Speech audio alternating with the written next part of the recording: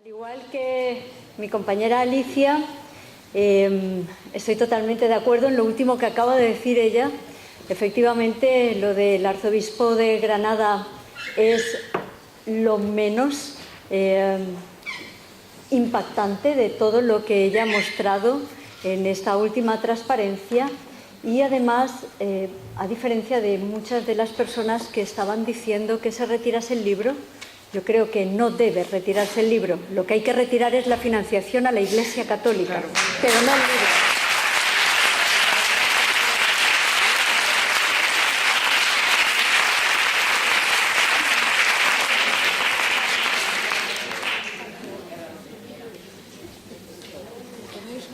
Bien, sería tanto como que alguien nos mandase qué es lo que tenemos que hacer o qué es lo que no tenemos que hacer y ya está bien.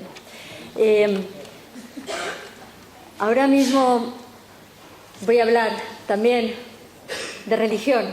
Parece que nos guste a las feministas esto de la religión, pero creo que es relevante. Creo que es relevante porque hay dos leyes que están ahora mismo en pugna. Ley número 1, la LOE, la Ley Orgánica de Educación. Sobre todo hay dos artículos, y hoy no les voy a hablar de esto, pero mantengámoslo, retengámoslo en nuestra memoria. Artículo 84.3, la diferenciación entre sexos, la ley diferencial, la que nos va a plantear la posibilidad de que nos separen por sexos. No por género, por sexo, y además no habla de educación, habla de enseñanza diferencial. En el ámbito jurídico nos gusta esto de las clasificaciones y es tanto como decir que nos van a enseñar, no educar. Esto es mucho más peligroso de lo que parece a simple vista. Tanto como decir que es una enseñanza y además es una enseñanza libre de cualquier tipo de carga ideológica. Ahí va cómo se las gastan. Segunda de las cuestiones, que es de lo que voy a hablar, de la Ley Orgánica 2/2010 sobre salud sexual y reproductiva e interrupción voluntaria del embarazo. A mí una cosa que me llama poderosísimamente la atención es que por un lado están las creencias y por otro lado parece que no estén las convicciones. Y me he empeñado yo en esto de reivindicar la cuestión de las convicciones. Tan importante como las creencias para las personas que creen en el más allá, son las convicciones para las que no creemos en el más allá. Incluso mucho, porque como solo tenemos una oportunidad, la queremos aprovechar lo más posible. Pues de esto va a ir esta cuestión.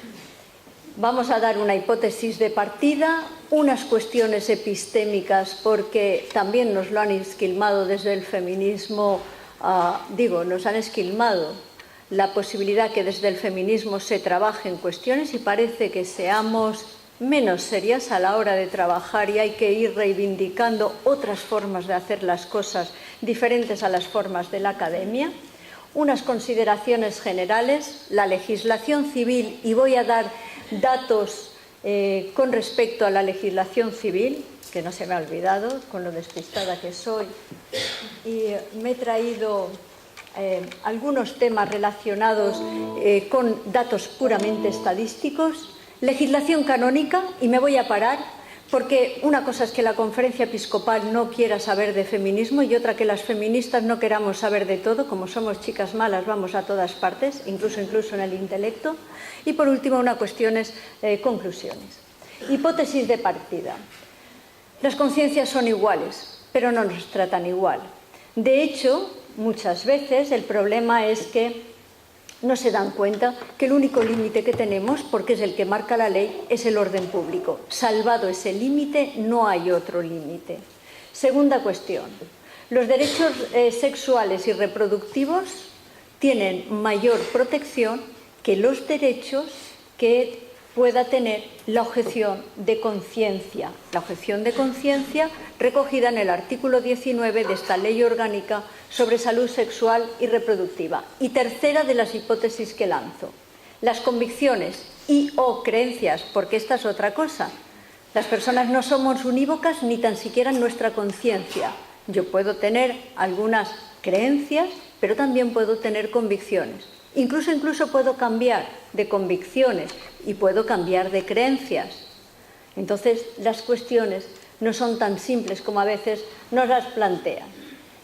Y esas ideas, esas convicciones o esas creencias van a influir directamente sobre el disfrute de mis derechos sexuales y reproductivos y también van a influir sobre mi autonomía personal. Y ahora voy por las cuestiones epistémicas, sobre cómo investigo y por qué investigo de esta manera y no de otra. Y planteo 4 cuestiones básicas. Cuestión número 1. Toda la educación que yo he recibido ha sido una educación absolutamente pirata porque me han enseñado solo la mitad de las cuestiones. Cuando llegaban las cuestiones relacionadas con las mujeres, en absoluto me las planteaban, como si las mujeres a lo largo de la historia no hubiésemos investigado. En los libros de texto no aparecemos y entonces no puedo completar los puzzles. Segunda de las cuestiones, si queremos investigar planteando dónde están las mujeres, me tengo que poner las gafas violetas, pero para eso tengo que tener una doble tarea. La investigación que me plantean los libros de texto dentro de las universidades, más las que yo tengo que hacer para incluir a las mujeres que han estado trabajando. En un libro de texto yo no puedo saber quién es Simone Weil con V, no con W. Esto ya representa un problema, porque no sabré que era una de las mujeres que trabajó para que nosotras tuviéramos el derecho a decidir. Y esto es complejo en el ámbito jurídico, pero tampoco tengo en los libros de texto quién era Eleanor Roosevelt y quién eran otras muchas mujeres que trabajaron para que los derechos humanos fueran derechos de las mujeres. Tercera cuestión. ¿Estamos en brazos del hombre maduro? Y esto va con toda la retranca. ¿Y la ciencia es dura? ¿Dura y neutra? ¿Tan neutra como que nos dejó al 51% de las personas fuera y nadie protestó? ¿Y aún siguen diciendo que son neutras? Ellos, claro. ¿Y qué poder tiene hoy en día la religión? Que esto es lo que vamos a intentar analizar. He puesto ahí un recuadro. Cuáles son las epistemologías objetivas y cuáles son las epistemologías feministas. Las epistemologías feministas son las que se declaran que no son neutras, las que dicen dónde están y de dónde parten. Y no quieren ser neutras, además. Lo que quieren ser honestas y decir, sí, soy yo y estoy aquí. Y además estoy aquí con toda la carga ideológica que le corresponde estar. Y además los constructores los plantean desde el género como método de investigación, efectivamente, pero no necesariamente tenemos que olvidar que además tenemos otras cuestiones con carga ideológica, que yo me declaro feminista. ¿Por qué? Porque además planteo otras cuestiones. Y las verdades son cuestionables. Y además me digo cuáles son mis circunstancias. Como ya planteaba el feminismo chicano, diciendo que había más feminismos aparte de los feminismos eurocéntricos. Y nos vamos planteando y vamos acumulando saberes. Y consideramos además que llevar una postura política a la investigación es una cuestión de responsabilidad.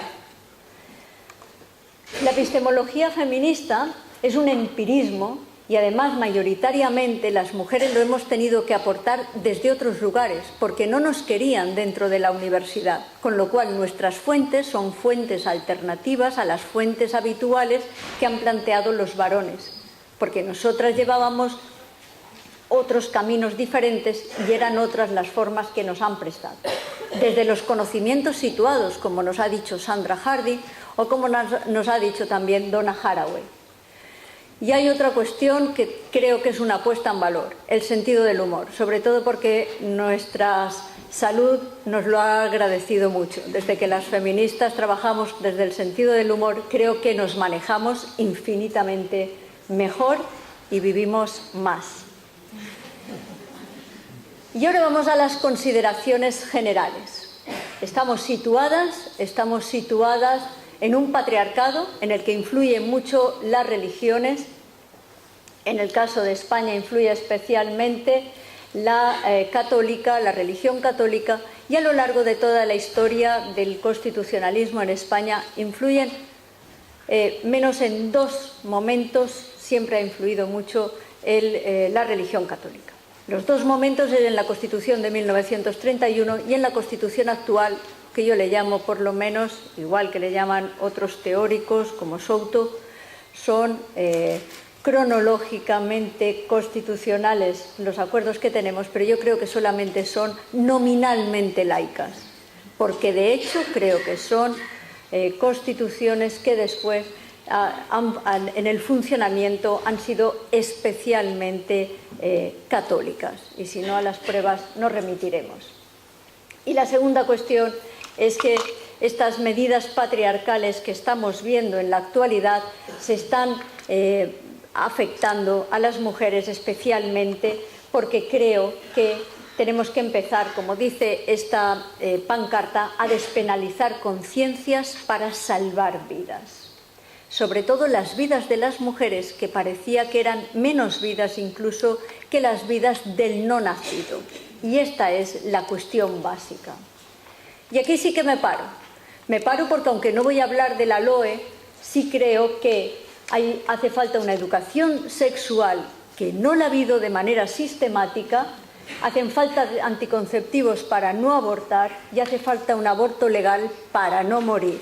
Y es algo que no se ha mantenido a lo largo de todos estos años en el sistema educativo.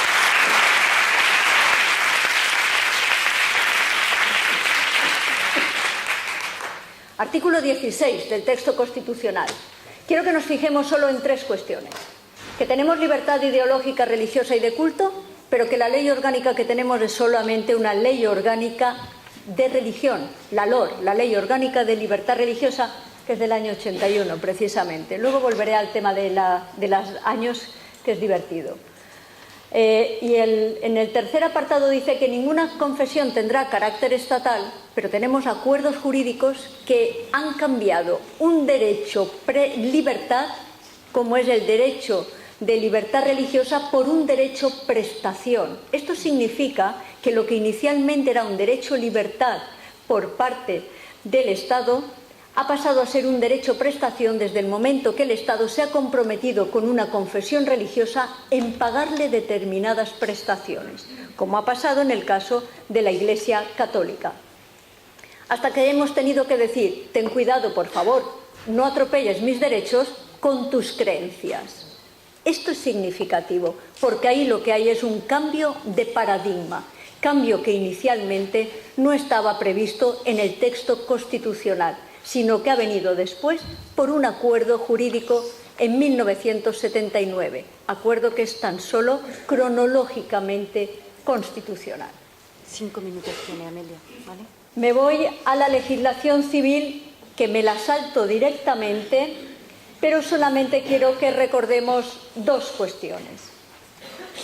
Si dice la Iglesia Católica que necesita una objeción de conciencia, ¿por qué el Código Canónico no le presta la posibilidad a las mujeres fieles para que tengan también objeción de conciencia?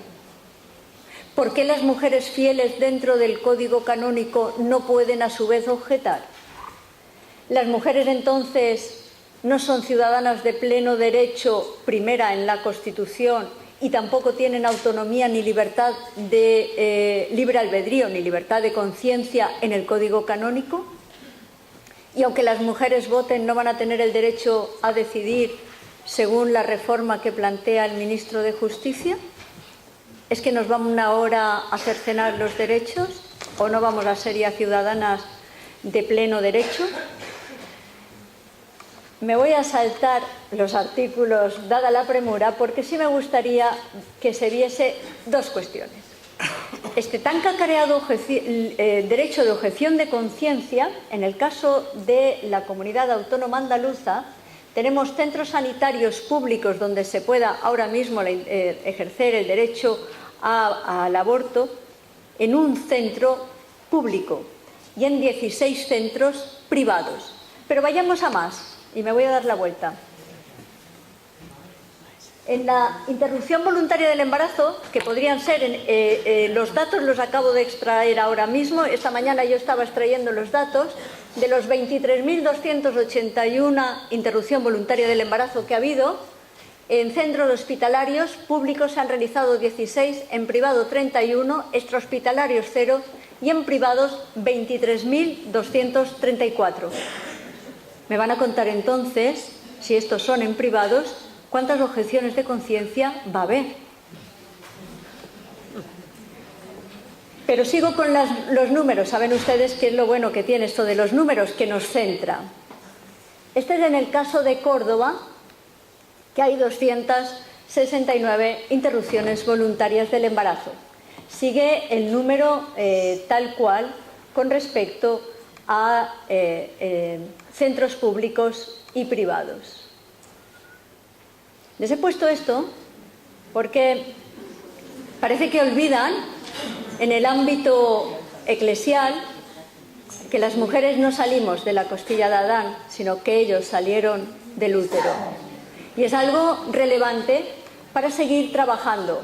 En la legislación católica, en el Concilio Vaticano II, cambiaron literalmente el tercio. De hecho, les voy a leer solo una de las cuestiones. Yo hago una diferencia clara. En el Concilio Vaticano II hubo un antes y un después. Era la primera vez que había mujeres conciliarias. En el caso de España hubo 2 mujeres conciliarias, la monja Estrada y Pilar Bellosillo. Bueno, pues de las 2 mujeres, una le salió extremadamente respondona, por cierto, Pilar Bellosillo, y en este Concilio Vaticano II era una brisa primaveral lo que hubo hasta el año 1978. A partir del año 1978, como estaba hablando Alicia hace un momento, efectivamente se cambia el tercio. El top 10 de los top 10 aparece con la Conferencia Episcopal Española, que entra muy en la línea de ese postconcilio de 1978, con la verdad del amor humano. Por favor, cuando puedan, léanlo. Orientaciones sobre el amor conyugal, la ideología de género y la legislación familiar, año 2012. No hay ninguna referencia bibliográfica, estadística, ni de lecturas sobre nada que tenga que ver con el género. Deben de ser sumamente listos, inteligentes, no sé, listos, para después extractar la información sobre temas de género. Porque no hay nada, de las 139 notas a pie de página, no hay ninguna que tenga referencias a temas relacionados con género, con lo cual me gustaría saber de dónde han sacado la información para elaborar este documento. Sin embargo, el documento que tienen relacionado con la Congregación de la Doctrina de la Fe, en la Declaración sobre Aborto, que son mucho más humildes. Esto era anterior al año 78, era de 1974, aún rondaba la primavera del Concilio Vaticano. Dice: no se puede jamás aprobar el aborto, pero por encima de todo hay que combatir sus causas. Grande es el que te hace sentir grande. Me voy a saltar todo esto, me gustaría haberles comentado algunas cosas, pero me voy a las conclusiones. Primera conclusión: la legislación civil legisla para la ciudadanía, no para la feligresía, no es su cometido, así es que espero que ese no sea el cometido. Segunda, una reforma de la interrupción voluntaria del embarazo, en la línea anunciada por el Ministerio de Justicia, rompería con la paz social, porque iría hacia la feligresía, no hacia la ciudadanía. Tercera, estaría en contra de los acuerdos firmados por el Estado español, sobre todo para el artículo 16 de la Convención para toda forma de eliminación hacia la mujer, porque rompería con ese acuerdo firmado y ratificado en el 84. Y tercera, última, las mujeres deciden, las sociedades respetan, el Estado garantiza y las iglesias no intervienen. Muchísimas gracias.